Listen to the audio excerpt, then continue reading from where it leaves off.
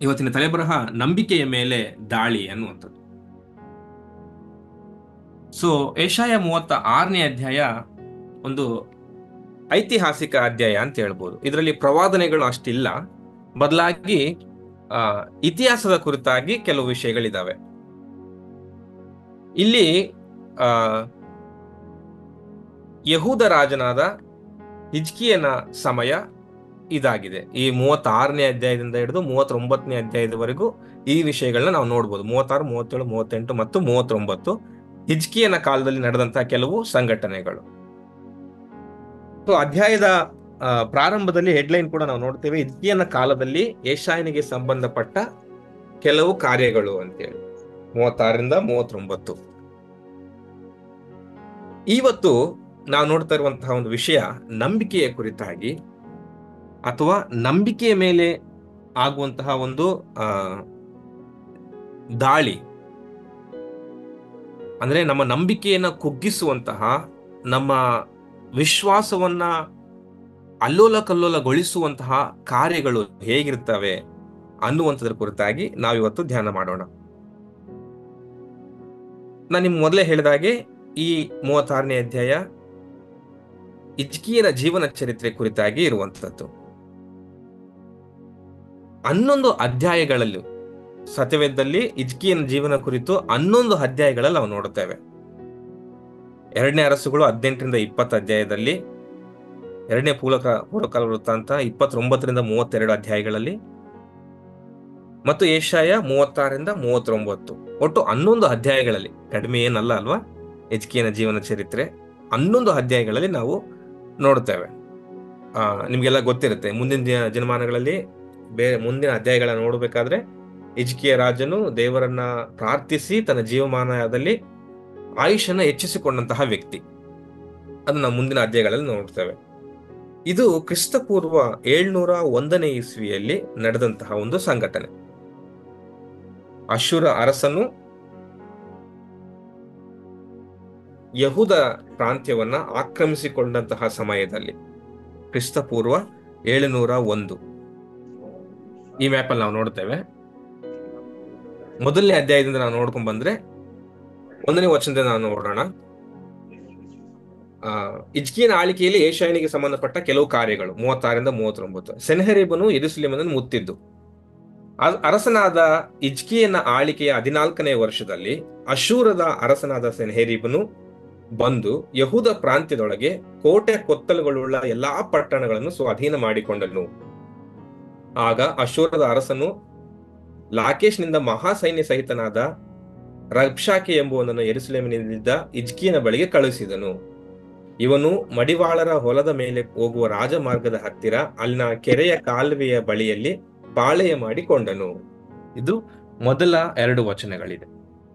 ಈ ನೀವು ಮ್ಯಾಪ್ ಅಲ್ಲಿ ನೋಡ್ತಾ ಇರೋದು, ಈ ಗ್ರೀನ್ ಕಲರ್ ಏನ್ ಕಾಣ್ತಾ ಇದೆ, ಇದೆಲ್ಲವುದು ಅಶ್ಶೂರ ಅರಸನು ಸ್ವಾಧೀನ ಮಾಡಿಕೊಂಡಂತಹ ಒಂದು ಪ್ರಾಂತ್ಯಗಳು.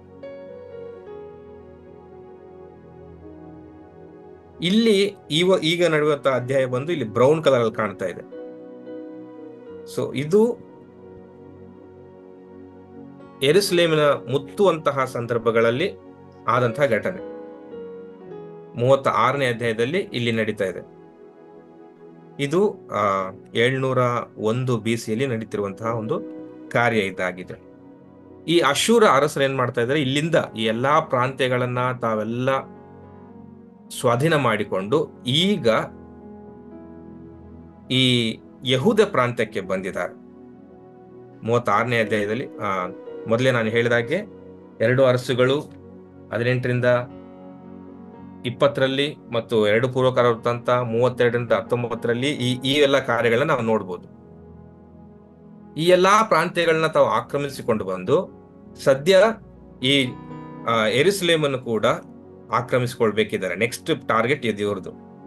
ಈ ಲಾಕೇಶ್ನಿಂದ ಯಾರು ನಮ್ಮ ಅಶ್ಶೂರದ ಅರಸನು ಒಬ್ಬ ವ್ಯಕ್ತಿನ ಕಳಿಸ್ತಾನೆ. ಆತನ ಹೆಸರು ರಬ್ಷಾಕೆ ಅಂತೇಳಿ. ಈ ಲಾಕೇಶಲ್ಲಿ ಪಾಳೆ ಮಾಡ್ಕೊಂಡಿದ್ದಾನೆ. ಇಲ್ಲಿಂದ ಯಹೂದ ಅರಸನ ಹತ್ರ ಹೋಗ್ಬೇಕು ಅಂತೇಳಿ ಆ ವ್ಯಕ್ತಿಯನ್ನ ಕಳಿಸ್ತಾನೆ. ಈ ರಬ್ಷಾಕೆ ಏನ್ ಮಾಡ್ತಾನೆ, ಎರುಸಲೇಮಿನ ಮೇನ್ ಜಾಗದ ಹತ್ರ ಬಂದು, ಎರುಸಲೇಮಿಂದ ಇಡೀ ಪ್ರಾಂತ್ಯಕ್ಕೆ ವಾಟರ್ ಸಪ್ಲೈ ಆಗುವಂತಹ ಜಾಗ, ಮೇನ್ ಜಾಗ, ಅಲ್ಲಿಗೆ ಬಂದು ನಿಂತ್ಕೊಂತಾನೆ. 2ನೇ ವಚನದ ಕೊನೆಯಲ್ಲಿ ನಾವು ನೋಡ್ತೇವೆ, ಇವನು ಮಡಿವಾಳರ ಹೊಲದ ಮೇಲೆ ಹೋಗುವ ರಾಜಮಾರ್ಗದ ಹತ್ತಿರ ಅಲ್ಲಿನ ಕೆರೆಯ ಕಾಲುವೆಗಳ ಬಳಿಯಲ್ಲಿ ಪಾಳೆಯ ಮಾಡಿಕೊಂಡನು.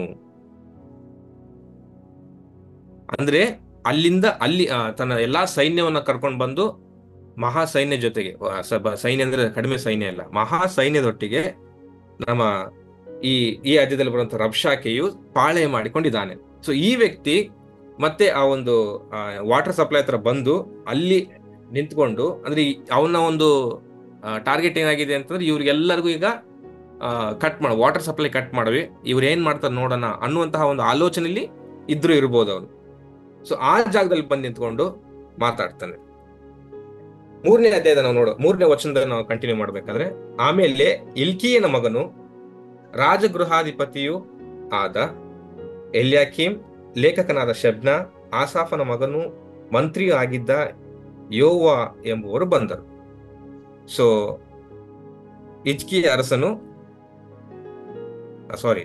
ಯೆಹೂದದ ಅರಸನು ಹಿಜ್ಕೀಯ ಈ 3 ಜನನ ಈ ಒಂದು ರಬ್ಷಾಕೆ ಅನ್ನುವಂತಹ ವ್ಯಕ್ತಿಯನ್ನ ಸಂಧಿಸುವುದಕ್ಕೆ ಆ ಜಾಗಕ್ಕೆ ಕಳಿಸ್ತಾರೆ.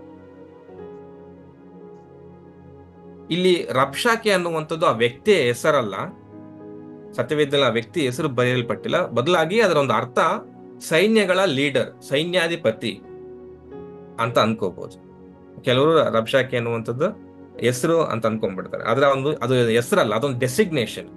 ಉದಾಹರಣೆಗೆ ಮ್ಯಾನೇಜರ್, ವಾರ್ಡನ್ ಅಥವಾ ಸೂಪರ್ವೈಸರ್, ಆತರ ಹೆಂಗಿದೆ ಹಂಗೆ ರಬ್ಷಾಕೆ ಅಂತೇಳಿ ಆ ಒಂದು ಭಾಷೆಯಲ್ಲಿ ಸೈನ್ಯಗಳ ಅಧಿಪತಿ ಅಂತ ಅನ್ಕೋ. ಅಶೂರದ ಅರಸನಾದ ಸನ್ಹೇರೀಬನು ಈ ರಬ್ಷಾಕೆಯನ್ನ ಕಳಿಸಿಕೊಡ್ತಾನೆ ಹೋಗಿ ಹಿಜ್ಕೀಯ ರಾಜನ ಹತ್ರ ಮಾತಾಡ್ಲಿಕ್ಕೆ. ಅವನ್ ಬಂದು ಇಲ್ಲಿ ಮಡಿವಾಳರ ಹೊಲದ ಮೇಲೆ ಹೋಗುವ ರಾಜಮಾರ್ಗದ ಹತ್ತಿರ ಕೆರೆ ಕಾಲುವೆ ಬಳಿಯಲ್ಲಿ ತನ್ನ ಸೈನ್ಯನೆಲ್ಲ ಸಿದ್ಧಪಡಿಸ್ಕೊಂಡು ನಿಂತ್ಕೊಂತಾನೆ. ಸೊ ಆತನನ್ನ ಎದುರುಗೊಳ್ಳುವುದಕ್ಕೆ ಅರಸನಾದ ಹಿಜ್ಕೀಯನು 3 ಜನರನ್ನ ಕಳಿಸ್ತಾನೆ. ಎಲ್ಯಾಕೀಮ, ಶೆಬ್ನ ಮತ್ತು ಯೆಹೋವ, ಇವ್ರು 3 ಜನರು ಹೋಗಿ ಮಾತಾಡುವಂತಹ ಒಂದು ಸನ್ನಿವೇಶವನ್ನು ನಾವು ಈ ಒಂದು ಅಧ್ಯಾಯದಲ್ಲಿ ನೋಡ್ತೇವೆ. ಸೊ ಇದರ ಕುರಿತಾಗಿ ಬೇರೆ ಅಧ್ಯಾಯಗಳಲ್ಲಿ ಕೂಡ ಇದೆ. 2 ಅರಸು 18ನೇ ಅಧ್ಯಾಯ 13ರಿಂದ 27ನೇ ವಚನದಲ್ಲಿ, ಮತ್ತು ಪೂರ್ವಕಾಲ ವೃತ್ತಾಂತ 2ನೇದು 32ನೇ ಅಧ್ಯಾಯ 1ರಿಂದ 19ರಲ್ಲಿ ಕೂಡ ನಾವು ಇದನ್ನ ನೋಡ್ತೇವೆ. 2 ಅರಸುಗಳಲ್ಲಿ ನಾವು ನೋಡ್ಬೇಕಾದ್ರೆ ರಬ್ಷಾಕೆ ಜೊತೆ ಇನ್ನೂ 2 ಕೂಡ ಇದ್ರು ಅಂತ ನೋಡ್ತೇವೆ. 2 ಅರಸುಗಳಲ್ಲಿ ತಾರ್ತಾನ್, ರಬ್ಸಾರೀಸ್, ರಬ್ಷಾಕೆ, ಈ 3 ಜನ ಬಂದಿದ್ದಾರೆ ಅಂತೇಳಿ 2 ಅರಸುಗಳಲ್ಲಿ ನಾವು ನೋಡ್ತೇವೆ. ಆದ್ರೆ ಯೆಶಾಯನ ಪ್ರವಾದನೆಯಲ್ಲಿ 36ನೇ ಅಧ್ಯಾಯದಲ್ಲಿ ರಬ್ಷಾಕೆ ಅನ್ನುವಂತ ಹೆಸರು ಮಾತ್ರ ನಾವು ನೋಡ್ತೇವೆ. ಸೊ ಇವರು ಮಾತಾಡ್ಲಿಕ್ಕೆ ಯುದ್ಧಕ್ಕಿಂತ ಮುಂಚೆ ಒಂದು ಮಾತುಕತೆ ಏನಾದ್ರು ಆಗ್ತಿರುತ್ತಲ್ಲ, ನಿಮ್ಗೆಲ್ಲ ಇತಿಹಾಸ ಗೊತ್ತಿರುತ್ತೆ, ಯುದ್ಧ ನಡಿಬೇಕಾದ್ರೆ ಸಂಗತಿಗಳು ಹೇಗೆ ಇರುತ್ತೆ ಅಂತೇಳಿ. ಸೊ ಆತನೊಟ್ಟಿಗೆ ಮಾತಾಡಬೇಕು ಅಂತೇಳಿ ಈ 3 ಜನರು ಬರ್ತಾರೆ. ಸೊ ಅಲ್ಲಿಂದ 4ನೇ ವಚನ ನಾವು ಕಂಟಿನ್ಯೂ ಮಾಡ್ತೇವೆ. ರಬ್ಷಾಕೆ ಮಾತಾಡ್ಲಿಕ್ಕೆ ಮುಂದೆ ಮಾಡ್ತಾನೆ. ರಬ್ಷಾಕೆಯು ಅವರಿಗೆ, 4ನೇ ವಚನ, ನೀವು ಹೋಗಿ ಮಹಾರಾಜನಾದ ಅಶೂರದ ಅರಸನ ಈ ಮಾತುಗಳನ್ನು ಹಿಜ್ಕೀಯನಿಗೆ ತಿಳಿಸಿರಿ. ಈ ನಿನ್ನ ಭರವಸೆಗೆ ಯಾವ ಆಧಾರ ಉಂಟು? ಯುದ್ಧಕ್ಕೆ ಬೇಕಾದ ವಿವೇಕವೂ ಬಲವೂ ಉಂಟು ಎಂಬ ನಿನ್ನ ಮಾತು ಬರೀ ಬಾಯಿ ಮಾತೆ ಎಂದು ನಾನು ಹೇಳಬಲ್ಲೆ. ನೀನು ಯಾರನ್ನು ನಂಬಿಕೊಂಡು ನನಗೆ ವಿರೋಧವಾಗಿ ತಿರುಗಿ ಬಿದ್ದಿದ್ದಿ? ಜಜ್ಜಿದ ದಂಟಿಗೆ ಸಮಾನವಾದ ಐಗುಪ್ತವೆಂಬ ಕೋಲಿನ ಮೇಲೆ ಭರವಸೆ ಬಿಟ್ಟಿರುತ್ತೀಯಷ್ಟೇ. ಒಬ್ಬನು ಅಂತಹ ಕೋಲನ್ನು ಊರಿಕೊಳ್ಳುವುದಾದರೆ ಅದು ಅವನ ಕೈಯನ್ನು ತಿವಿದು ಒಳಕ್ಕೆ ಹೋಗುತ್ತದೆ. ಐಗುಪ್ತನ ಅರಸನಾದ ಫರೋಹನಲ್ಲಿ ಭರವಸೆ ಬಿಟ್ಟವರಿಗೆ ಅದೇ ಗತಿ ಆಗುವುದು. ಇದು ಅಶ್ಶೂರದ ಅರಸನು ಹೇಳ್ತಾ ಇದ್ದಾನೆ, ಕೇಳ್ರಿ ಈ ಮಾತುಗಳನ್ನ ಅಂತೇಳಿ ರಬ್ಷಾಕೆ ಹೇಳುವಂತಹ ಮಾತಿದು. ಈ ರಬ್ಷಾಕೆ ನಾನು ಹೇಳ್ದಂಗೆ ಅದು ಆತನ ಹೆಸರಲ್ಲ, ಅದು ಆತನ ಡೆಸಿಗ್ನೇಷನ್. ಈ ವ್ಯಕ್ತಿ ಮಾನಸಿಕ ಯುದ್ಧ ಕಲಾವಿದ, ಸೈಕಾಲಜಿಕಲ್ ಆರ್ಮರ್ ಅಂತ ಹೇಳ್ತಾರೆ, ಸೈಕಾಲಜಿಕಲ್ ಸೋಲ್ಜರ್. ಈತನ ಈ ಒಂದು ಅಧ್ಯಾಯದಲ್ಲಿ ಅಥವಾ ಈ ಒಂದು ಸನ್ನಿವೇಶದಲ್ಲಿ ಈತನ ವಿಷಯ ಏನು ಅಂತ, ಅಥವಾ ಆಲೋಚನೆ ಏನಂತಂದ್ರೆ, ಯಹೂದ್ಯರಾದ ಇವರು ಯುದ್ಧ ಮಾಡಬಾರ್ದು, ಯುದ್ಧ ಮಾಡೋದಕ್ಕಿಂತ ಮುಂಚೆನೆ ಅವ್ರನ್ನ ಕುಗ್ಗಿಸಿ ಶರಣಾಗತರಾಗಿ ಮಾಡ್ಬಿಡ್ಬೇಕು. ಇವರು ಬಲ ಏನಿಲ್ಲ, ನಮ್ಮ ಸೈನ್ಯ ಮುಂದೆ, ನಮ್ಮ ಇರುವಂತಹ ಸೈನ್ಯ ಬಲಗಳ ಮುಂದೆ ಇವ್ರದ್ದು ಏನು ಇಲ್ಲ ಅಂತೇಳಿ ಇವ್ರನ್ನ ಕುಗ್ಗಿಸ್ಬಿಡ್ಬೇಕು. ಇವ್ರನ್ನ ನಾವು ಸಂಪೂರ್ಣವಾಗಿ ಬಲಹೀನರನ್ನಾಗಿ ಮಾಡ್ಬಿಡ್ಬೇಕು ಅನ್ನುವಂಥದ್ದು ಈ ರಬ್ಷಾಕೆಯ ಒಂದು ಆಲೋಚನೆಯಾಗಿದೆ. ಹಾಗಾಗಿ ಬಂದು ಮಾತಾಡ್ತಾ ಇದ್ದಾನೆ ಏನಂತ, ನನಗೆ ವಿರುದ್ಧವಾಗಿ, ಅಂದ್ರೆ ಅಶೂರದ ಅರಸನ ಹೇಳ್ತಾ, ನನ್ನ ದಣಿಯ ಅರಸನ ಹೇಳ್ತಾ ಇದ್ದಾನೆ ಏನಂತ, ನಾನು ನಿನ್ನನ್ನು ಗೆದ್ದು ಬಿಡ್ಬೋದು, ಅಶೂರ ಅರಸನನ್ನ ಗೆಲ್ಬಿಡ್ಬೋದು ಅನ್ನುವಂಥ ನಿನ್ನ ಭರವಸೆಗೆ ಏನು ಕಾರಣ, ಏನು ಆಧಾರ? ಅದೆಲ್ಲ ಬರೀ ಮಾತಷ್ಟೇ. ನೀನು ಯಾರನ್ನ ನಂಬ್ಕೊಂಡು ನನಗೆ ವಿರೋಧವಾಗಿ ಬಿದ್ದಿದೀಯಾ? ಐಗುಪ್ತರನ್ನ ನಂಬ್ಕೊಂಡಿದ್ಯಾ? ಐಗುಪ್ತರು ಕೂಡ ನಿನ್ನನ್ನ ಕಾಪಾಡಕ್ ಆಗಲ್ಲ. ಅವ್ರ ಸಹಾಯ ಪಡ್ಕೊಂಡ್ರು ಕೂಡ ನಿನ್ನಿಂದ ಏನಾಗಲ್ಲ. ಯಾಕಂದ್ರೆ ನಾನೀಗ ಮ್ಯಾಪಲ್ಲಿ ಆಲ್ರೆಡಿ ತೋರಿಸ್ದಂಗೆ ಹಿಂದೆಗಡೆ ಮೇಲ್ಗಡೆ ಇರುವಂತ ಎಲ್ಲಾ ಒಂದು ಪ್ರಾಂತ್ಯಗಳನ್ನ ನಾವು ಈಗಾಗ್ಲೇ ವಶಪಡಿಸ್ಕೊಂಡ್ಬಿಟ್ಟಿದೀವಿ.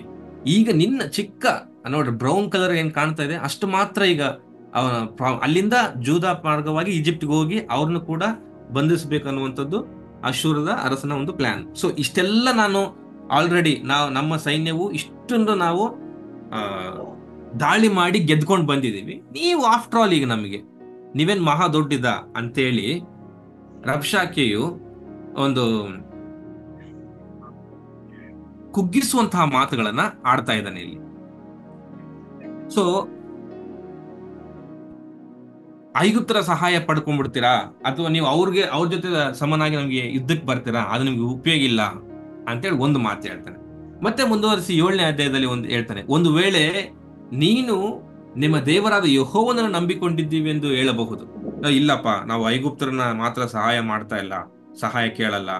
ಅಂದ್ರೆ ಯಾಕೆ ಹೇಳ್ತಾ ಇದ್ದಾನೆ ಈ ರಬ್ಷಾಕೆ ಅಂತಂದ್ರೆ, ಹಿಜ್ಕೀಯ ಅರಸನು ಆದ ವಿಚಾರನು ಕೂಡ ಮಾಡ್ತಾ ಇರ್ತಾನೆ. ನಾವು ಒಂದು ವೇಳೆ ಯುದ್ಧಕ್ಕೆ ಅಶ್ಶೂರದ ಸೈನ್ಯವು ನಮ್ಮ ಮೇಲೆ ಯುದ್ಧಕ್ಕೆ ಬಂದ್ರೆ ಐಗುಪ್ತರ ಸಹಾಯವನ್ನು ಪಡ್ಕೊಳ್ಳೋಣ ಅನ್ನುವಂತಹ ಒಂದು ಆಲೋಚನೆಯಲ್ಲಿ ಕೂಡ ಹಿಜ್ಕೀಯ ರಾಜ ಇರ್ತಾನೆ. ಅದು ಅವ್ರಿಗೆ ಗೊತ್ತು. ಸೊ ಅದಕ್ಕೋಸ್ಕರ ನೀನು ಐಗುಪ್ತರ ಮೇಲೆ ಡಿಪೆಂಡ್ ಆಗಿದೆಯಾ, ಅವ್ರು ನಮ್ಗೆ ಸಪೋರ್ಟ್ ಮಾಡ್ಬಿಡ್ತಾರೆ, ನಮ್ಗೆ ಹೆಲ್ಪ್ ಮಾಡ್ಬಿಡ್ತಾರೆ ಅಂತ ಅನ್ಕೊಂಡಿದ್ದೀರಾ? ಅದು ಕೂಡ ಆಗಲ್ಲ. ಒಂದೇದು. ಎರಡನೇದು, ಒಂದು ವೇಳೆ ನಮ್ಮ ದೇವರಾದ ಯೆಹೋವನನ್ನು ನಂಬಿಕೊಂಡಿದ್ದೇವೆ ಎಂದು ಹೇಳಬಹುದು. ಇಲ್ಲ, ನಾವು ಐಗುಪ್ತರನ್ನ ನಂಬ್ಕೊಂಡಿಲ್ಲ, ನಾವು ದೇವರನ್ನೇ ನಂಬ್ಕೊಂಡ್ಬಿಟ್ಟಿದ್ದೀವಿ ಅಂತೇಳಿ ನೀವು ಹೇಳಬಹುದು. ಹಿಜ್ಕೀಯನು ಇದೇ ಯಜ್ಞವೇದಿಯ ಮುಂದೆ ಆರಾಧನೆ ಮಾಡಬೇಕೆಂಬುದಾಗಿ ಯೆಹೂದ್ಯರಿಗೂ ಯೆರೂಸಲೇಮಿನವರಿಗೂ ಆಜ್ಞಾಪಿಸಿ ಆ ಯೆಹೋವನ ಪೂಜಾ ಸ್ಥಳಗಳನ್ನು ಬೇರೆ ಎಲ್ಲಾ ಯಜ್ಞವೇದಿಗಳನ್ನು ಹಾಳು ಮಾಡಿದನಲ್ಲ. ಅಂದ್ರೆ ಈಗ ಇವನು, ನೀವ್ ಯಾರನ್ನ ನಂಬುದ್ರು ನಮ್ಮ ಈ ಅರಸನಾದ ಸೆನ್ಹೇರೀಬನ ಕೈಯಿಂದ ತಪ್ಪಿಸ್ಕೊಳಕ್ ಆಗಲ್ಲ. ಈಗ ನೀವು ನಮ್ಮ ಬಂಧಿತರಾಗ್ತೀರಿ, ನೀವು ನಮಗೆ ರೆಡಿಯಾಗಿರ್ರಿ ಅಂತೇಳಿ ಮುಂದಾಲೋಚನೆ ಅಥವಾ ಯುದ್ಧಕ್ಕಿಂತ ಮುಂಚೆ ಬಂದು ಅವನು ಕುಗ್ಗಿಸುವಂತಹ ಪ್ರಯತ್ನವನ್ನ ರಬ್ಷಾಕೆಯು ಈ ಅಧ್ಯಾಯದಲ್ಲಿ ಮಾಡ್ತಾ ಇದ್ದಾನೆ. ಮೊದಲನೇದೇನು ಹೇಳ್ತಾನೆ, ನೀವು ಐಗುಪ್ತರನ್ನ ಸಹಾಯ ಕೇಳ್ತೀರೇನೋ, ಐಗುಪ್ತರಿಗೆ ನೀವು ಹೆಲ್ಪ್ ಕೇಳ್ತೀರೇನೋ? ಇಲ್ಲ, ಐಗುಪ್ತರ ಅಷ್ಟೇ ಅಲ್ಲ, ಅಂದ್ರೆ ನೀವು ದೇವರಿಂದನೇ ಹೆಲ್ಪ್ ಕೇಳ್ತೀರೇನೋ ಅಂತೇಳಿ ಮಾತಾಡ್ತಾನೆ. ಅದು 9ನೇ ವಚನವರೆಗೂ ಆಗುತ್ತೆ. ಅದಾದ್ಮೇಲೆ 11ನೇ ವಚನದಲ್ಲಿ 3 ಜನ ಮಾತಾಡ್ತಾರೆ. ಎಲ್ಯಾಕೀಮ್, ಶೆಬ್ನ, ಯೋಬೈ ಅವರು ರಬ್ಷಾಕೆಗೆ ಹೇಳ್ತಾರೆ, ನೀನ್ ಮಾತಾಡೋದು ನಮ್ಗೆ ಅರ್ಥ ಆಗ್ತಾ ಇಲ್ಲಪ್ಪ, ನೀನು ಯೂದಾಯ ಭಾಷೆಗಳಲ್ಲಿ ಮಾತಾಡ್ಬೇಡ ಅಂತ ಹೇಳ್ತಾನೆ. ಅದು 12ನೇ ವಚನದಲ್ಲಿ ಮತ್ತು ಒಂದು ರಬ್ಷಾಕೆಯ ಮೇನ್ ಇಂಟೆನ್ಷನ್ ಏನಪ್ಪಾ ಇಲ್ಲಿ ಅಂತಂದ್ರೆ, ಇವರನ್ನ ಕುಗ್ಗಿಸ್ಬೇಕು. ಇವ್ರು ಯಾವುದೇ ಕಾರಣಕ್ಕೂ ಯುದ್ಧಕ್ಕೆ ಬರಬಾರ್ದು, ನಮ್ಮ ವಿಷಯವಾಗಿ ಅಥವಾ ನಮ್ಮ ವಿರುದ್ಧವಾಗಿ ಯುದ್ಧಕ್ಕೆ ನಿಲ್ಬಾರ್ದು ಅನ್ನುವಂಥದ್ದು ರಬ್ಷಾಕೆಯ ಪ್ರಯತ್ನ ಆಗಿರ್ತದೆ. ಯೆಶಾಯ 36ನೇದಲ್ಲಿ ನಾವು ಇದನ್ನ ನೋಡಿದ್ರು ಕೂಡ ಈಗಾಗಲೇ ಯೆಶಾಯ 8ನೇ ಅಧ್ಯಾಯ 3 ಮತ್ತು 4ರಲ್ಲಿ, 7ನೇ ಅಧ್ಯಾಯ 16, 17ರಲ್ಲಿ ಈ ಕುರಿತಾದ ಪ್ರವಾದನೆಗಳನ್ನ ಮೊದಲೇ ನುಡಿದಿದ್ದು ಇದೆ. ಇಲ್ಲಿ ಏನ್ ನಡೀತಾ ಇದೆ ಇದು ಆಲ್ರೆಡಿ ಯೆಶಾಯ ಮೊದಲೇ ಪ್ರವಾದಿಸಿದ್ದಾನೆ. ಮತ್ತೆ ಐಗುಪ್ತರ ಸಹಾಯ ಬೇಡ, ಅವರನ್ನ ಜಾಸ್ತಿ ನಾವು ಹಚ್ಕೊಳ್ಬೇಡ್ರಿ ಅಂತೇಳಿ ಇದಕ್ಕಿಂತ ಮುಂಚೆನೆ 19ನೇ ಅಧ್ಯಾಯ 11ರಿಂದ 17ರಲ್ಲಿ, 20ನೇ ಅಧ್ಯಾಯ 1ರಿಂದ 6ರಲ್ಲಿ, 30ನೇ ಅಧ್ಯಾಯ 1ರಿಂದ 7ರಲ್ಲಿ ಇದು ಆಲ್ರೆಡಿ ಯೆಶಾಯ ಪ್ರವಾದನೆ ಮಾಡಿರುವಂತಹ ಸಂಗತಿಗಳೇ ಆಗಿದೆ. ಅದನ್ನ ನಾವು ಇಲ್ಲಿ ಗಮನಿಸಬಹುದು. ಸೊ ಈ ರಬ್ಷಾಕೆ ಏನ್ ಮಾಡ್ತಾನೆ, ಫಸ್ಟ್ ಅವ್ರನ್ನ ಯುದ್ಧ ಮಾಡ್ಲಾರ್ದ ಹಾಗೆ ಮುಂದಿನ 13ನೇ ವಚನದ ನಾವು ನೋಡ್ಬೇಕಂದ್ರೆ, 12ನೇ ವಚನದ ನಾವು ನೋಡ್ಬೇಕಂದ್ರೆ, ರಬ್ಷಾಕೆ ಅಲ್ಲಿರುವಂತ ಎಲ್ಲರಿಗೆ ನನ್ನ ಯಜಮಾನನು ನಿಮ್ಮ ಸಂಗಡವಾಗ್ಲಿ ನಿಮ್ಮ ಒಡೆಯನ ಸಂಗಡವಾಗ್ಲಿ ಮಾತಾಡಬೇಕಂದ್ರೆ ನನ್ನ ಕಳಿಸಿಲ್ಲ, ಈ ಗೋಡೆಯ ಮೇಲೆ ಕೂತಿರುವ ಜನರ ಸಂಗಡ ಮಾತಾಡೋದಕ್ಕೋಸ್ಕರ ಕಳಿಸಿದ್ದಾನೆ. ಈ ಗೋಡೆ ಡಿಫೆನ್ಸ್ ತರ, ಅವರಿಗೆ ಡಿಫೆನ್ಸ್ ಮೆಕ್ಯಾನಿಸಮ್ ತರ ಅವ್ರಿಗೆ.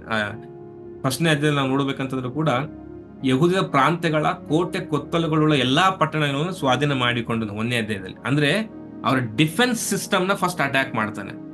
ಯಾರು? ಸೆನ್ಹೇರೀಬನು. ಅವರ ರಕ್ಷಣೆಗೋಸ್ಕರ ಇರುವಂತಹ ಕೋಟೆ ಕೊತ್ತಲುಗಳು ಅಂತಂದ್ರೆ ಪ್ರೊಟೆಕ್ಷನ್ ಸಿಟಿಗಳು, ಅವುಗಳನ್ನ ಅಟ್ಯಾಕ್ ಮಾಡ್ತಾನೆ. ಸೊ ಅವುಗಳು ಅವ್ರ ಜೊತೆಗೆ ಈಗ ರಬ್ಷಾಕೆ ಮಾತಾಡ್ತಾನೆ. ಏನಂತಂದ್ರೆ 13ನೇ ವಚನ, ಅಶ್ಶೂರದ ಮಹಾರಾಜನನು ಮಾತನ್ನು ಕೇಳಿರಿ, ಇವನು ನಿಮಗೆ ಹಿಜ್ಕೀಯನಿಂದ ಮೋಸ ಹೋಗಬೇಡ್ರಿ, ಅವನು ನಿಮ್ಮನ್ನು ಬಿಡಿಸಲಾರನು. ಹಿಜ್ಕೀಯನು ನಿಮಗೆ ಯೆಹೋವನನ್ನು ನಂಬೀರಿ, ಆತನು ನಮ್ಮನ್ನು ಹೇಗೆ ರಕ್ಷಿಸುವನು, ಹೇಗೂ ರಕ್ಷಿಸುವನು. ಈ ಪಟ್ಟಣವು ಅಶ್ಶೂರದ ಅರಸರ ವಶವಾಗುವುದಿಲ್ಲ ಎಂಬುದಾಗಿ ಹೇಳಿದರೆ ಅವನಿಗೆ ಕಿವಿಗೊಡಬೇಡ್ರಿ, ಒಪ್ಪಬೇಡ್ರಿ.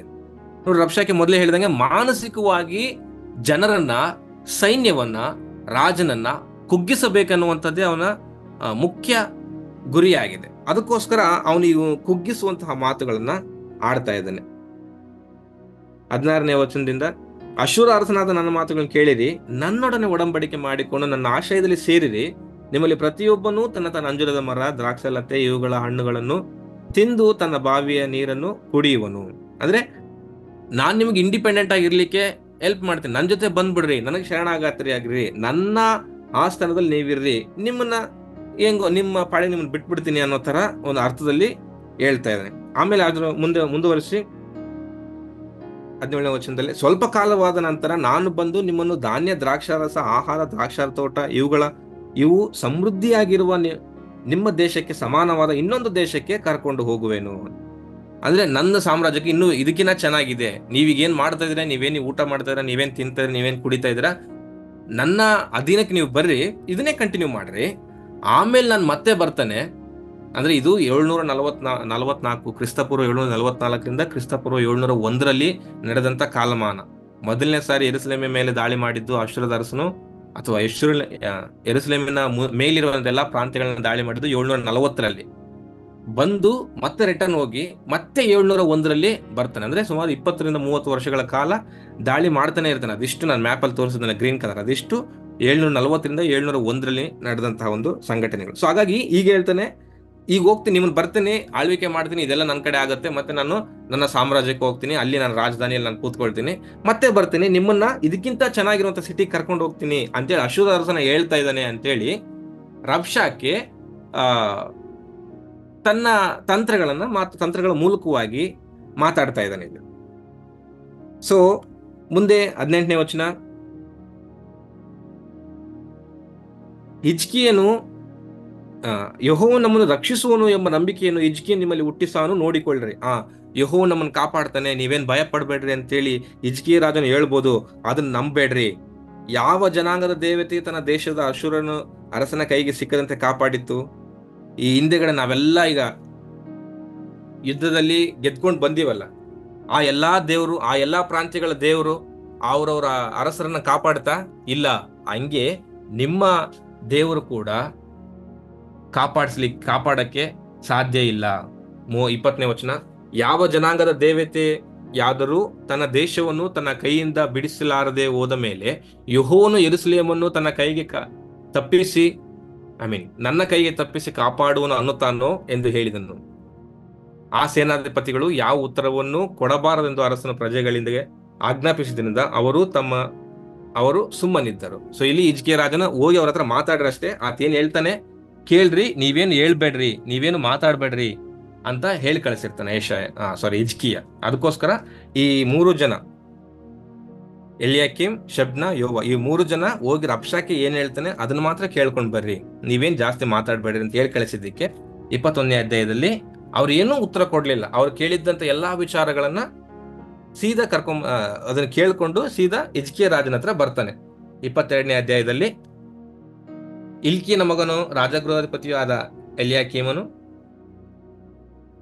ಲೇಖಕನಾದ ಶಬ್ನ, ಆಸಾಫನ ಮಗನು, ಮಂತ್ರಿಯೂ ಆಗಿದ್ದ ಯೋವ ಎಂಬುವನು ತಮ್ಮ ಬಟ್ಟೆಗಳನ್ನು ಅರಿದುಕೊಂಡು ಅರಸನಾದ ಹಿಜ್ಕೀಯನ ಬಳಿಗೆ ಬಂದು ಅವನಿಗೆ ರಬ್ಷಾಕೆಯ ಮಾತುಗಳನ್ನು ತಿಳಿಸಿದರು.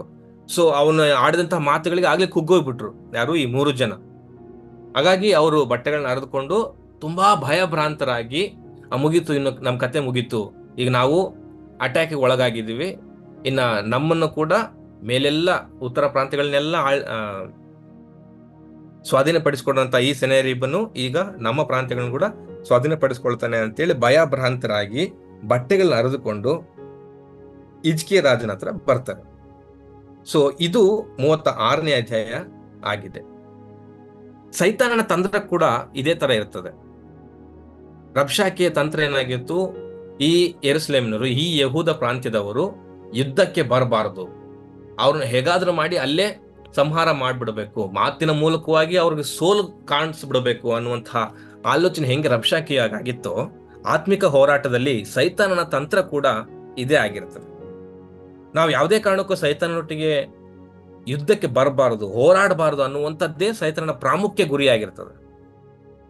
ಯಾಕಂತಂದ್ರೆ 3 ಕಾರಣಗಳಿದೆ. ಸೈತಾನ್ ಜೊತೆ ನಾವು ಹೋರಾಡಿದ್ರೆ ದೇವರ ಹೆಸರಿನಲ್ಲಿ, ಯೇಸು ಕ್ರಿಸ್ತನ ಹೆಸರಿನಲ್ಲಿ ಖಂಡಿತ ನಮಗೆ ಜಯ ಸಿಗ್ತದೆ ಅಂತ ಹೇಳಿ ಸೈತಾನನ್ ಗೊತ್ತು. ಅಥವಾ ಸೋಲಾಗ್ಲಿ ಗೆಲುವಾಗ್ಲಿ ನಾವು ದೇವರಿಗೆ ಹತ್ತಿರವಾಗ್ತೇವೆ ಅಂತೇಳಿ ಸೈತಾನನ್ ಗೊತ್ತು. ಅಥವಾ ಈ ಆತ್ಮಿಕ ಹೋರಾಟದಿಂದ ನಮ್ಮ ಮೂಲಕ ಅನೇಕರಿಗೆ ಆಶೀರ್ವಾದ ಉಂಟಾಗುವಂತೆ ನಾವಿರ್ತೇವೆ ಅನ್ನುವಂಥದ್ದು ಸೈತಾನನ್ ಗೊತ್ತು. ಹಾಗಾಗಿ ಆತ್ಮಿಕ ಹೋರಾಟವನ್ನು ನಾವು ನಡೆಸಲೇಬಾರದು ಅಂತೇಳಿ ಸೈತಾನನು ನಮ್ಮನ್ನು ಕುಗ್ಗಿಸುವಂತ ಪ್ರಯತ್ನವನ್ನು ಮಾಡ್ತಾನೆ. ನೀನ್ ಪಾಪಿ, ದೇವರಿಗೆ ನೀನ್ ಸರಿ ಸಮಾನನಾಗಿರಕ್ಕೆ ಸಾಧ್ಯನೇ ಇಲ್ಲ, ದೇವ್ರು ನಿನ್ನ ನಾಶ ಮಾಡ್ತಾನೆ, ನಿನ್ನ ನರಕಕ್ಕೆ ಹಾಕ್ತಾನೆ, ನೀನ್ ಪಾಪಿ ಆಗಿದ್ಯಾ ಅಂತೇಳಿ ನಮ್ಮ ಮನೋಬಲವನ್ನ ಕುಂದಿಸುವ ಪ್ರಯತ್ನವನ್ನ ಸೈತಾನನ್ ಮಾಡ್ತಾನೆ. ಅಂದ್ರೆ ನಾವು ದೇವರ ರಾಜ್ಯಕ್ಕೆ ನಾವು ಬಾಧ್ಯಸ್ಥರಲ್ಲ, ನಾವು ಪಾಪಿಗಳಾಗಿದ್ದೇವೆ, ನಾವು ದೇವರ ಒಂದು ಸನ್ನಿಧಾನದಲ್ಲಿ ನಿಲ್ಲುವುದಕ್ಕೆ ಯೋಗ್ಯರಲ್ಲ ಅಂತೇಳಿ ನಮ್ಮ ತಪ್ಪುಗಳನ್ನ ನಮಗೆ ಎತ್ತಿ ತೋರಿಸಿ, ನಮ್ಮ ವಿಚಾರಗಳನ್ನ ತೋರಿಸಿ ಸೈತಾನನು ನಮ್ಮನ್ನ ಕುಗ್ಗಿಸುವಂತ ಪ್ರಯತ್ನವನ್ನ ಮಾಡ್ತಾನೆ. ಹಾಗಾಗಿ ಅದಕ್ಕೆ ನಾವು ಯಾವುದೇ ಕಾರಣಕ್ಕೂ ನಾವು ತಲೆ ಕೆಡಿಸ್ಕೋಬಾರ್ದು. ಮುಂದೆ ಏನಾಯ್ತು ಅಂತೇಳಿ 37ನೇ ಅಧ್ಯಾಯ, 38ನೇ ಅಧ್ಯಾಯ ಮತ್ತು 39ನೇ ಅಧ್ಯಾಯ ಯೆಶಾಯದಲ್ಲಿ ನಾವು ನೋಡುತ್ತೇವೆ. ಸೊ ಇಲ್ಲಿ ರಬ್ಷಾಕೆ ಬಂದಿದ್ದಾನೆ, ಅವನ್ನೆಲ್ಲ ಮಾತಿನ ಮೂಲಕವಾಗಿ ಭಯಪಡಿಸಿದ್ದಾನೆ ಅಂತೇಳಿ. ಅದೇ ರೀತಿ ಸೈತಾನನು ಕೂಡ ಒಂದು ಮಾತು ಇಂಗ್ಲಿಷಲ್ಲಿ ಒಂದ್ ಕಡೆ ತುಂಬಾ ಚೆನ್ನಾಗಿ ಓದಿದೆ. ಏನಂತಂದ್ರೆ, ಸೈತಾನನಿಗೆ ನಮ್ಮ ಹೆಸರುಗಳು ಗೊತ್ತು, ಸೈತಾನಿಗೆ ನಮ್ಮ ಹೆಸರುಗಳು ಗೊತ್ತು, ಆದ್ರೆ ಆತ ನಮ್ಮನ್ನು ಗುರುತಿಸುವುದು ನಮ್ಮ ಪಾಪಗಳಿಂದ. ದೇವರಿಗೆ ನಮ್ಮ ಪಾಪಗಳು ಗೊತ್ತು, ಆದ್ರೆ ಆತನ ಕರೆಯುವುದು ನಮ್ಮನ್ನು ಹೆಸರಿಡಿದು. ತುಂಬಾ ಒಳ್ಳೆ ಮಾತು. ಸೈತಾನಿಗೆ ನಮ್ಮ ಪಾಪಗಳನ್ನು ನಮ್ಮನ್ನು ಗುರುತಿಸ್ತಾನೆ, ಪಾಪಗಳಿಂದ ನಮ್ಮನ್ನು ಕರೀತಾನೆ, ಆದ್ರೆ ದೇವರು ಪಾಪಗಳೆಲ್ಲವನ್ನು ಬಿಟ್ಟು ಕ್ಷಮಿಸಿ ನಮ್ಮನ್ನು ಹೆಸರಿಡಿದು ಕರೆಯುತ್ತಾನೆ. ಸೊ ಹಾಗಾಗಿ ಸೈತಾನನ್ನು ಎದುರಿಸುವಂತಹ, ಸೈತಾನನ್ನು ಕೊಡುವಂತಹ ಈ ಒಂದು ಅಟ್ಯಾಕ್ ಅನ್ನ, ಸೈತಾನ ನಮ್ಮ ಮೇಲೆ ದಾಳಿ ಮಾಡ್ತಾ ಇರುವಂತಹ ಈ ಒಂದು ದಾಳಿಗೆ ನಾವು ಭಯಪಡಬಾರದು, ಸೈತಾನನ ಸುಳ್ಳುಗಳಿಗೆ ನಾವು ನಂಬಬಾರದು, ಮತ್ತು ಯಾವುದೇ ಕಾರಣಕ್ಕೂ ನಮ್ಮ ನಂಬಿಕೆಯನ್ನ ಕದಲಗೊಳಿಸಲಾರದಂತೆ ನಾವು ನೋಡ್ಕೊಳ್ಬೇಕು. ಎಫೆಸ 6ನೇ ಅಧ್ಯಾಯ 11ನೇ ವಚನದಲ್ಲಿ ದೇವರು ದಯ ಪಾಲಿಸುವಂತಹ ಸರ್ವಾದಯಗಳನ್ನು ಧರಿಸಿಕೊಂಡು ಸೈತಾನನಿಗೆ ಎದುರಾಗಿ ನಾವು ನಿಲ್ಲೋಣ. ಇಲ್ಲಿ ರಬ್ಷಾಕೆ ಆಡಿದಂತಹ ಮಾತುಗಳು ಯಹೂದ್ಯರನ್ನ, ಅಫ್ಕೋರ್ಸ್ ಮೇಲಿನ ತೋಟಕ್ಕೆ ಅವ್ರು ಏನೂ ಆಗಿಲ್ಲ, ನಂತರ ಅಲ್ಲಿಂದ ಬಂದ್ರು, ಇಡೀ ಪ್ರಾಂತ್ಯವೇ ಇನ್ಕ್ಲೂಡಿಂಗ್ ರಾಜ ಭಯಭ್ರಾಂತರಾಗಿದ್ರು. ಮುಂದೆ ಏನಾಯ್ತು ಅಂತ 37, 38, 39ರಲ್ಲಿ ನಾವು ನೋಡೋಣ ಈ ಒಂದು ಅಧ್ಯಾಯದಲ್ಲಿ. ಸೊ ರಬ್ಷಾಕೆಯ ಮಾತುಗಳು, ಯೆರೂಸಲೇಮಿನ ಅಟ್ಯಾಕ್ ಆದದ್ದು ಎಲ್ಲವನ್ನ ನಾವು ನೋಡಿದ್ದೇವೆ.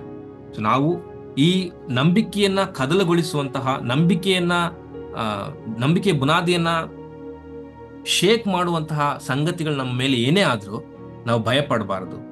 ದೇವ್ರು ನಮ್ಮೊಟ್ಟಿಗಿದ್ದಾನೆ, ದೇವ್ರು ಯಾವಾಗಲೂ ನಮ್ಮನ್ನು ಕಾಪಾಡುತ್ತಾನೆ ಅನ್ನುವಂಥದ್ದು ಇಲ್ಲಿ ನಾವು ಕಲಿಯಬೇಕಂತ ಒಂದು ಪಾಠ. ಸೊ ಇದು ಯೆಶಾಯ 36ನೇ ಅಧ್ಯಾಯ ಆಗಿದೆ. ದೇವರ ವಾಕ್ಯವನ್ನ ಆಶೀರ್ವದಿಸಲಿ. ಪ್ರಾರ್ಥನೆ ಮಾಡೋಣ. ನಮ್ಮನ್ನು ಬಹಳವಾಗಿ ಪ್ರೀತಿ ಮಾಡುವಂತ ನಮ್ಮ ಪರಲೋಕ ತಂದೆ ದೇವರೇ, ನಿಮ್ಗೆ ಸ್ತೋತ್ರ ಸ್ವಾಮಿ. ಹೌದು ದೇವರೇ, ಈ ಒಂದು ಅಧ್ಯಾಯದಲ್ಲಿ ನಾವು ಕಲಿತುಕೊಂಡಂತ ಒಂದು ಪಾಠವನ್ನ ನಮ್ಮ ಜೀವನದಲ್ಲಿ ನಾವು ಅಳವಡಿಸಿಕೊಳ್ಳಿಕ್ಕಾಗುವಂತೆ ಸಹಾಯ ಮಾಡು. ರಬ್ಷಾಕೆಯ ರೀತಿಯಲ್ಲಿ ಕರ್ತನೆ ಸ್ವಾಮಿ, ನಮ್ಮ ಮನಸ್ಸನ್ನ ಕುಗ್ಗಿಸುವಂತಹ, ನಮ್ಮ ಆಲೋಚನೆಗಳನ್ನ ಕುಗ್ಗಿಸಿ ನಿನ್ನಿಂದ ದೂರ ಮಾಡಬಲ್ಲಂತಹ ಅನೇಕ ತಂತ್ರಗಳನ್ನ ಸೈತಾನ್ ನಮಗೆ ಒಡ್ಡುತ್ತಾನೆ. ಅದು ಯಾವುದರಲ್ಲೂ ಕರ್ತನೆ ಸ್ವಾಮಿ ನಾವು ನಂಬಲಾರದೆ, ಅದ್ಯಾವುದನ್ನು ನಾವು ಮನಸ್ಸಿಗೆ ತೆಗೆದುಕೊಳ್ಳಲಾರದೆ, ನಿನ್ನ ಸಾನ್ನಿಧ್ಯದಲ್ಲಿ ಇನ್ನೂ ಆಳವಾಗಿ ಕರ್ತನೆ ಸ್ವಾಮಿ ಆತ್ಮಿಕವಾಗಿ ನಾವು ಬೆಳೀಲಿಕ್ಕಾಗುವಂತೆ ನಮಗೆ ಸಹಾಯ ಮಾಡು. ಪರಿಶುದ್ಧನಾದ ದೇವರೇ, ಈ ವಾಕ್ಯದಂತೆ ಕರ್ತನೆ ಸ್ವಾಮಿ ನಮ್ಮನ್ನು ಬಲಪಡಿಸು. ನಮ್ಮ ಜೀವನದಲ್ಲಿ, ನಮ್ಮ ಆತ್ಮಿಕ ಹೋರಾಟದಲ್ಲಿ ಕರ್ತನೆ ಸ್ವಾಮಿ ಅನೇಕ ಧೈರ್ಯ ಮಾತುಗಳನ್ನ ನಮಗೆ ಕೊಡು ದೇವರೇ. ನಮ್ಮ ಜೀವಿತಗಳಲ್ಲಿ ಕರ್ತನೆ ಸ್ವಾಮಿ ಇರುವಂತಹ ಎಲ್ಲಾ ಪಾಪ ಶಾಪಗಳನ್ನು ದೂರ ಮಾಡು. ಪರಿಶುದ್ಧರಾಗಿ ಜೀವಿಸಲಿಕ್ಕಾಗುವಂತೆ ಸಹಾಯ ಮಾಡು. ಮಾತ್ರವಲ್ಲದೆ ಕರ್ತನೆ ಸ್ವಾಮಿ, ಈ ಒಂದು ದಿನವೆಲ್ಲ ನಿನ್ನ ಕೈಯಲ್ಲಿ ಒಪ್ಪಿಸಿಕೊಡುತ್ತೇವೆ. ನಮ್ಮನ್ನು ಆಶೀರ್ವದಿಸು. ಈ ದಿನದಲ್ಲಿ ಕರ್ತನೆ ನಾವು ಮಾಡುವಂಥ ಎಲ್ಲಾ ಕೆಲಸ ಕಾರ್ಯಗಳು ನಿಮ್ಮನ್ನು ಮಹಿಮೆಪಡಿಸುವಂತ ರೀತಿಯಲ್ಲಿ ಕೆಲಸಗಳನ್ನು ಮಾಡ್ಲಿಕ್ಕಾಗುವಂತೆ ಸಹಾಯ ಮಾಡು. ಮಾತ್ರವಲ್ಲದೆ ಪರಿಶುದ್ಧನಾದ ದೇವರೇ, ನಮ್ಮೆಲ್ಲಾ ಅಧಿಕಾರಿ ವರ್ಗದವರಿಗೋಸ್ಕರ ಪ್ರಾರ್ಥನೆ ಮಾಡ್ತೇನೆ. ಎಲ್ಲರನ್ನು ಆಶೀರ್ವದಿಸು. ಕಲ್ವಾರಿ ಚಾಪಲ್ ಸೇವೆಗೋಸ್ಕರ ಪ್ರಾರ್ಥನೆ ಮಾಡ್ತೇನೆ. ಸೇವೆ ಮಾಡ್ತಿರುವಂಥ ಪ್ರತಿಯೊಬ್ಬ ಸೇವಕರನ್ನ, ನಾಯಕರುಗಳನ್ನ, ಅಧಿಕಾರಿಗಳನ್ನ, ಅಡ್ಮಿನಿಸ್ಟ್ರೇಟಿವ್ ಆಫೀಸರ್ಗಳನ್ನ, ಆಫೀಸ್ ವರ್ಕರ್ಗಳನ್ನ ಮತ್ತು ಎಲ್ಲಾ ಸುವಾರ್ಥ ಸೇವಕರುಗಳನ್ನ, ಬೇರೆ ಎಲ್ಲಾ ಕಾರ್ಯದಲ್ಲಿ ಸೇವೆ ಮಾಡುತ್ತಿರುವ ಸೇವಕರನ್ನ ಆಶೀರ್ವದಿಸು. ಅವ್ರಿಗೆ ಎಲ್ಲಾ ವಿಷಯಗಳಲ್ಲಿ ಕರ್ತನೆ ಸ್ವಾಮಿ ಅಭಿವೃದ್ಧಿನ ದಯಪಾಲಿಸಿಕೊಡು. ಮಾತ್ರವಲ್ಲದೆ ಅವರನ್ನ, ಅವ್ರ ಕುಟುಂಬನ ಆಶೀರ್ವದಿಸು. ನಿನ್ನ ರಾಜ್ಯಕ್ಕಾಗಿ ಇನ್ನೂ ತವಕ ಉಳ್ಳವರಾಗಿ ಸೇವೆ ಮಾಡ್ಲಿಕ್ಕಾಗುತ್ತೆ ಸಹಾಯ ಮಾಡು. ಸಭೆಯವರನ್ನ ಆಶೀರ್ವದಿಸು. ಸಭಾ ಮಂದಿರನ ಆಶೀರ್ವದಿಸು ಕರ್ತನೆ ಸ್ವಾಮಿ. ಎಲ್ಲಾ ವಿಷಯಗಳಲ್ಲಿಯೂ ಒಳ್ಳೆಯ ಆಶೀರ್ವಾದಗಳನ್ನು ಹೊಂದಿಕೊಳ್ಳಿಕ್ಕಾಗುವಂತೆಯೂ ಬೆಳವಣಿಗೆಯನ್ನು ಕಾಣ್ಲಿಕ್ಕಾಗುವಂತೆಯೂ ಸಹಾಯ ಮಾಡು. ನಮ್ಮೆಲ್ಲರನ್ನ ಇದೇ ರೀತಿ ಆಶೀರ್ವದಿಸಿ ಮುಂದುವರಿಸಿ ನಮ್ಮ ಜೀವನದಲ್ಲಿ ಕರ್ತನೆ ಸ್ವಾಮಿ ನಿನ್ನ ಒಂದು ಸಹಾಯ ಹಸ್ತ ಒಟ್ಟಿಗೆ ಇರುತ್ತೆ ಎಂಬುದಾಗಿ ನಂಬಿಕೆಯಿಂದ ಈ ಒಂದು ಪ್ರಾರ್ಥನೆ ಮಾಡುತ್ತಾ ಯೇಸು ಕ್ರಿಸ್ತನ ಒಂದು ನಾಮದಲ್ಲಿ ಪ್ರಾರ್ಥಿಸಿ ಬೇಡ್ತಾನೆ ಜೀವನ ತಂದೆ. ಆಮೆನ್.